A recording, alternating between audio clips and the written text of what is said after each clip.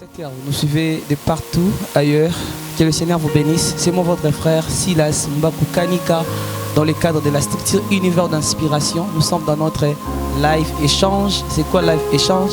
Un moment autour duquel, sur un sujet, une thématique, nous sommes en train de parler avec un homme de Dieu. Nous échangeons et comme on dit, c'est à force des idées que la lumière jaillit. Alors nous sommes là autour d'une thématique qui fait rage à l'église, que beaucoup de personnes ont leur conception. Alors nous sommes là en train de parler, d'échanger, afin de trouver la lumière dans la parole de Dieu, afin de trouver la lumière dans les Écritures. Est-il important et nécessaire de faire des études théologiques pour un ministère efficace? Exercer le ministère à l'église, exercer le ministère dans la part de la parole, exercer le ministère aujourd'hui, le 5 ministères. Est-ce que les études théologiques sont vraiment nécessaires, sont vraiment efficaces? Est-ce qu'elles sont obligatoires pour que quelqu'un les fasse? Aujourd'hui, j'ai reçu un homme, un frère, un homme de Dieu parmi nous, auquel nous allons échanger ensemble. Et à force de ces idées, autour de la parole, la lumière va jaillir. Je m'en vais lui saluer. Bonjour mon frère. Bonjour Papa Silas. Vous pouvez se présenter pour que tout le monde vous connaisse. Shalom frères et sœurs, je suis le frère Nathan Bouti. Je prie à l'église KJC. Je suis moniteur au sein de l'église et je travaille dans la structure Univers d'inspiration. Vous êtes aussi ministre de la parole. Par la grâce de Dieu. Gloire à Dieu. Merci beaucoup Papa Nathan. Théologie vous vient en tête. Qu'est-ce que vous en pensez? Comment définissez-vous les concepts théologie? Le concept théologique dans l'entrée de jeu, j'aimerais dire que c'est un mot composé. C'est un mot composé en grec. Il y a le mot théos et le mot logos. Le mot théos qui signifie Dieu, le mot logos qui signifie science, discours ou étude. Donc littéralement on peut définir le mot théologie comme la science qui étudie Dieu. La science qui étudie Dieu. La science qui étudie Dieu. Est-ce qu'on peut étudier Dieu? C'est ça maintenant qui pose problème, Papa Silas. Car la science étudie plus les choses qu'on peut observer, les personnes qu'on peut observer. Voilà pourquoi nous étudions l'anatomie, parce qu'on a observé l'homme, on a étudié l'homme. On pouvait étudier la géologie parce qu'on a étudié l'animal. Mais Dieu est esprit. Dieu est invisible. Comment étudier le Dieu invisible? Cela pose problème, Papa Silas. Raison pour laquelle je nous propose encore une autre définition de la théologie. Laquelle? La théologie est la science qui étudie la révélation de Dieu à l'homme. La science qui étudie la révélation de Dieu à l'homme. De Dieu à et l'homme. Non celle qui étudie Dieu. Et non celle qui étudie Dieu. Parce qu'on ne peut pas étudier Dieu. Parce que Dieu est éternel. Il est tellement grand. Salomon dit, les cieux des cieux ne peuvent les contenir. Donc comment les dieux grands là, nous pouvons l'étudier. Parce qu'il y a des hommes même qui sont devenus fous à force d'étudier Dieu. À force de vouloir comprendre Dieu. Ils sont devenus très fous.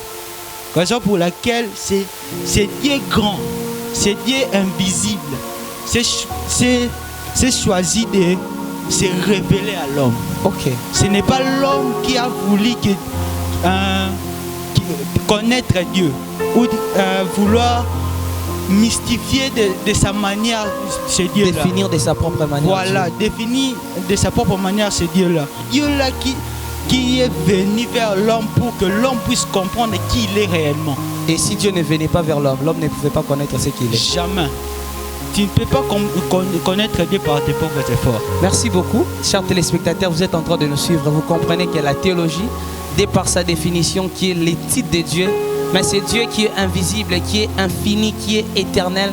Comment donc nous pouvons l'étudier?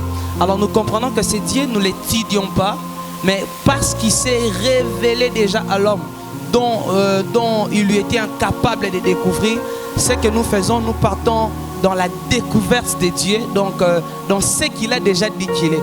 Alors Papa Nathan, comment cette révélation, comment ce Dieu-là est révélé dans la Bible? Comment est-ce qu'il s'est fait connaître aux hommes? Je peux dire, Dieu s'est révélé dans deux manières. La première, il s'est révélé de manière générale, de manière à ce que tout le monde connaît que Dieu existe par la création. Il s'est révélé par la création de manière générale. Mais cette révélation-là, la Bible montre qu'elle est imparfaite. Parce que tout le monde connaît que Dieu existe. Il y a un Dieu qui existe. Ok. Parce que nous voyons Papa Silas. C'est qu'il y a un Dieu qui existe. Parce que nous voyons le vent. Nous croyons que Dieu existe. Mais ce Dieu-là doit se révéler lui-même. Ok. Raison pour laquelle la révélation générale, elle est imparfaite. Parce que l'homme ne comprend pas totalement Dieu dans cette révélation-là. Voilà pourquoi Dieu s'est dit, non, je vais descendre pour maintenant se révéler à l'homme, pour que je puisse me révéler à l'homme. Raison pour laquelle il est descendu dans la personne de Jésus-Christ. Il s'est incarné dans la personne de Jésus-Christ. Voilà pourquoi on ne peut pas connaître Dieu par la création, mais on connaît Dieu par Christ. Parce qu'il est l'image visible du Dieu invisible. En lui habitait corporellement toute la plénitude de la divinité. Exactement. Raison pour laquelle c'est lui qui nous révèle Dieu. Wow. C'est lui qui nous révèle Dieu. C'est lui qui nous montre Dieu. Wow. Donc il est l'image du Dieu invisible. Très profond. Que le Seigneur soit béni pour ces détails si magnifiques. Donc la création nous révèle une partie de Dieu. Mais dans cette création, nous ne pouvons jamais connaître ce que Dieu est réellement. Ouais. Alors nous l'avions connu dans la personne de Christ. Alors Christ. comment est-ce que ce Dieu-là s'est fait connaître dans la personne de Christ? Il s'est révélé au moyen de... Par la personne de Christ, ce Dieu-là s'est révélé par la mission qu'il devait accomplir. Ok.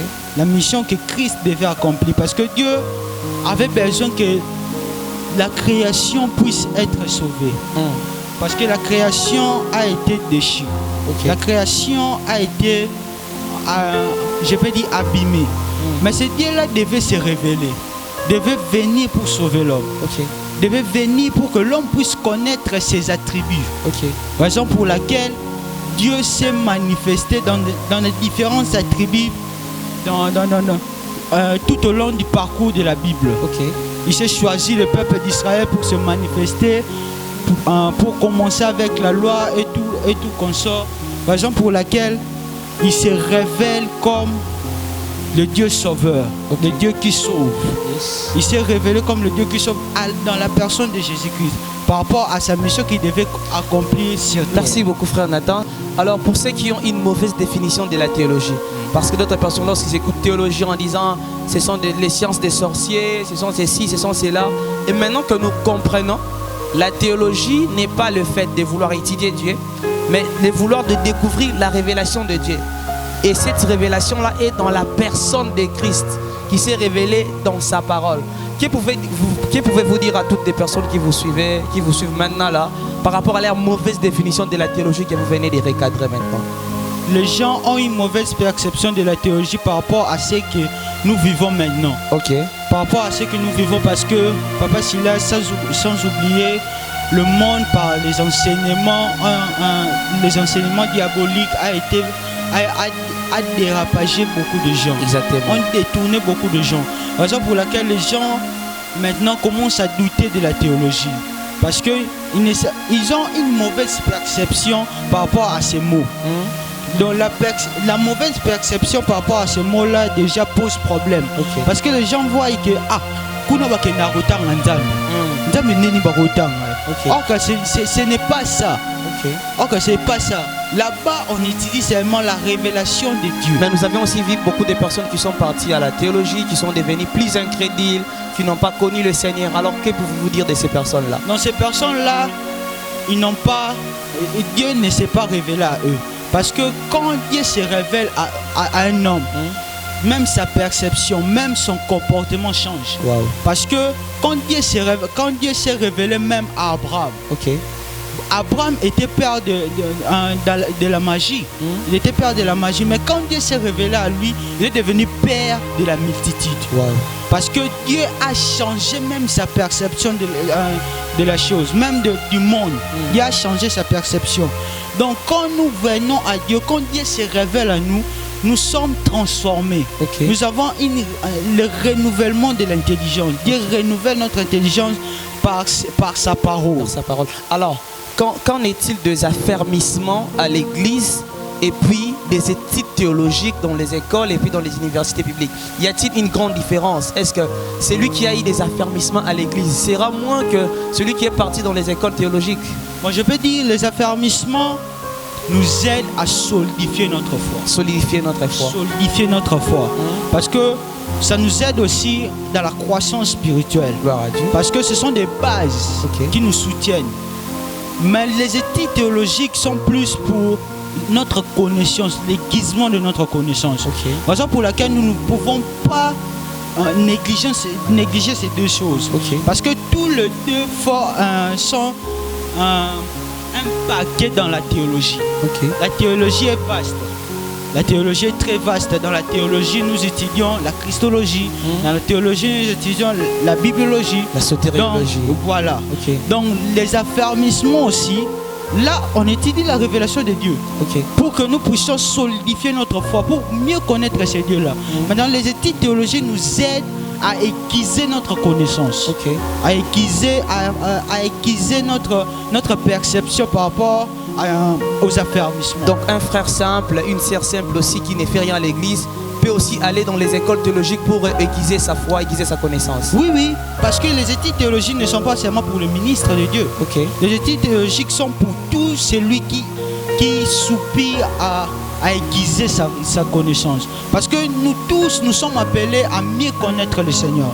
Parce que nous sommes dans un monde où la connaissance, la guerre que nous avons maintenant, c'est la guerre de la connaissance. Exactement. C'est la guerre de la connaissance. Parce que si tu ne connais rien, on va t'écraser. Exactement. Raison pour laquelle beaucoup de religions que nous voyons sont en train comment je peux dire, sont en train de pousser leurs fidèles à mieux connaître les fondements de leur foi. Exactement. Donc, voilà pourquoi nous aussi, en tant que frères et sœurs, nous devons aller faire les études théologiques. C'est important pour l'aiguisement de notre foi. Donc que le Seigneur vous bénisse. Bien aimé dans le Seigneur, vous comprenez que la connaissance de Dieu est les fondements de notre foi. La Bible dit que les sages ne se glorifient pas de sa sagesse, ni les riches, mais celui qui veut se glorifie d'avoir connaître l'Éternel. Je me rends compte qu'il y a beaucoup de choses dont je connais moins, mais si tu connais le Seigneur, en tout cas c'est un sujet de glorification. Alors fondons-nous encore dans la parole, enracinons-nous dans la parole, et tout c'est pour la solidification de notre foi, et le Seigneur nous fera grâce. Frère Nathan, qu'en dites-vous? Est-ce que dans la Bible il y a aussi des espaces auxquels nous avons envie des gens apprendre aujourd'hui, comme dans les écoles théologiques, dans la Bible? Oui, il y a eu des gens qui se réunissaient pour apprendre. Je peux parler de fils de prophète qui, à un certain moment, il dit à Élisée plutôt, que l'endroit où nous nous réunissons est devenu trop étroit. Trop étroit pour nous. Parce que nous sommes nombreux maintenant qui sommes élèves dans cette école. Donc nous devons chercher un autre endroit pour apprendre. Pourquoi? Nous voyons le fils des prophètes soupirer à connaître. Ils étaient dans une école et leur maître était Élisée. Et nous pouvons, j'aimerais dire ceci, dans la théologie, nous avons plusieurs disciplines. Dans la théologie, je vais citer des disciplines qui nous aideront à mieux répondre à cette question. La discipline de la théologie pratique, qui plus s'occupe de la pratique. Donc, on apprend en pratiquant. Comme les apôtres. Les apôtres étaient dans la théologie pratique. Car quand Christ dit quelque chose, ils étaient à un endroit, quand ils arriveront en secret avec Christ, il dit apprends-nous ce que signifient ces choses. Donc c'est une théologie très pratique. C'est une théologie très pratique.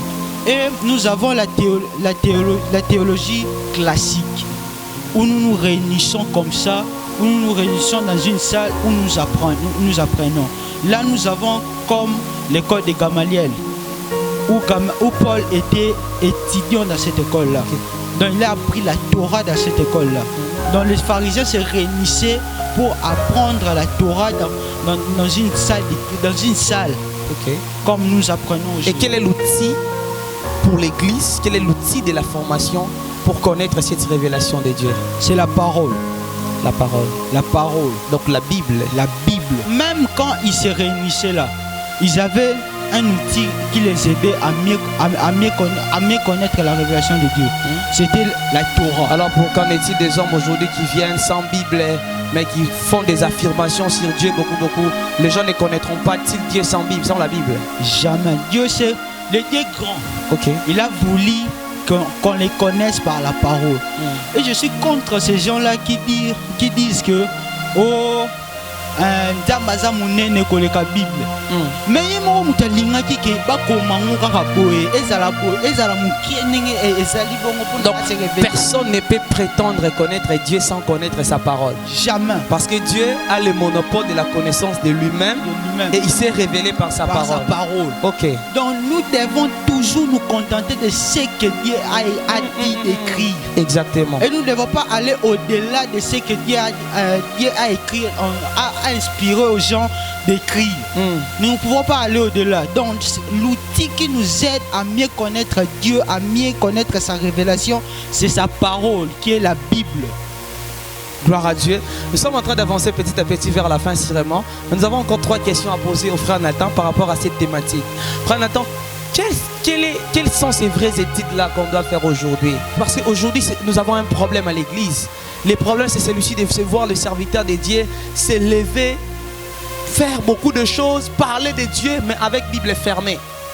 Et lorsqu'on essaye d'ouvrir la Bible pour retrouver toutes ces choses-là qu'il dit, on ne les retrouve nulle part. Et lorsqu'on regarde la vie des hommes, la vie de l'église, la vie des fidèles, il n'y a pas de transformation. Les problèmes, c'est dans quel? Ou c'est parce qu'ils n'ont pas fait des études théologiques. Les problèmes, c'est où exactement? Que beaucoup de serviteurs ne veulent pas se laisser former en fait. Okay. Beaucoup ne veulent pas se laisser former. Beaucoup ne veulent pas se laisser former.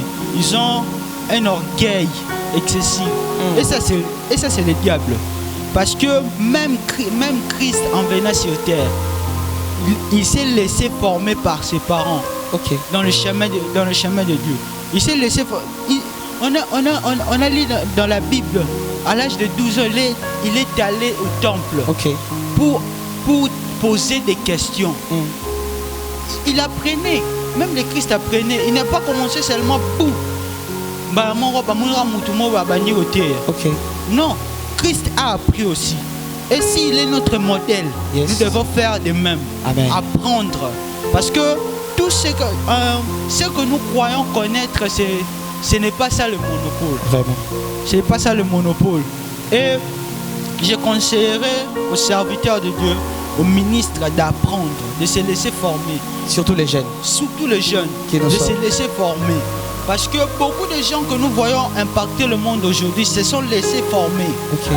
Se sont laissés former. Mais c'est formé auprès de qui? Parce que tout le monde prétend connaître aujourd'hui. Quelle est cette vraie formation-là? La vraie formation consiste à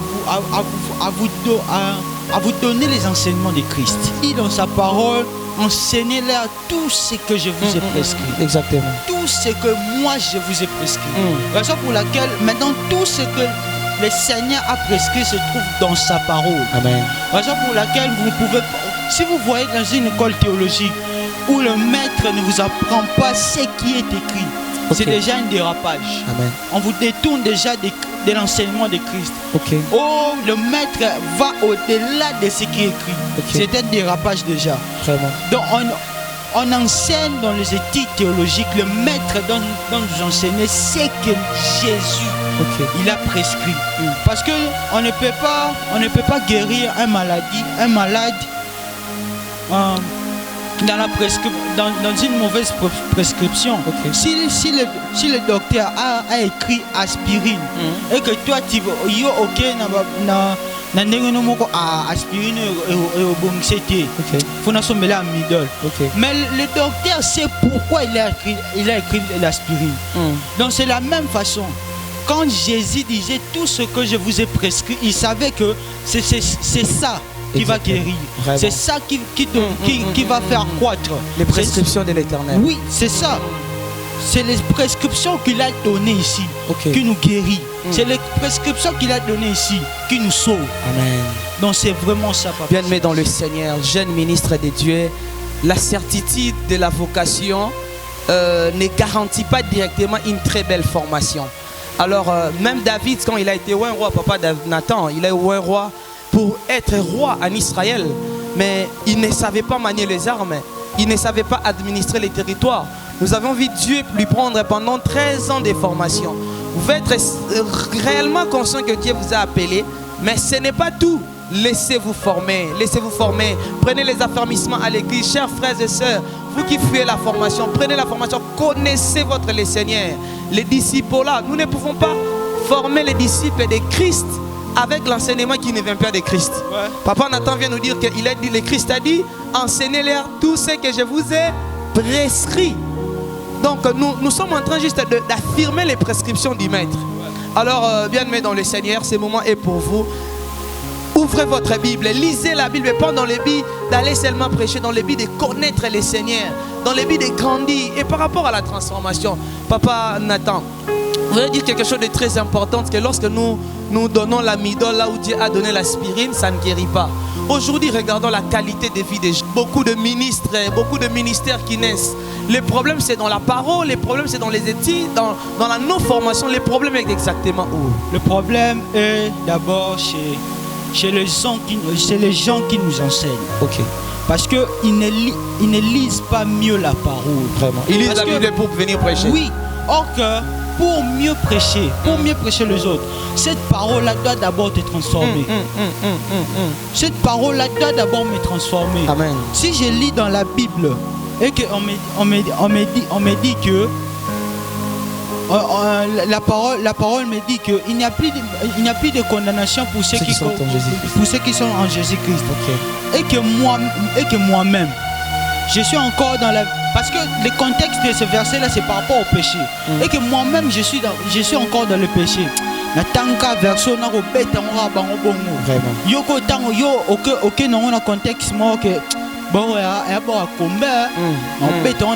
Donc tu détournes même le message de Dieu. Tu détournes même le message. Donc on peut s'y mettre dans la place aspirine. Ok. Comment ça va changer les gens? Comment les gens vont être transformés? Parce que nous prêchons trop la délivrance sans pour autant prêcher l'auteur même de la délivrance. Wow.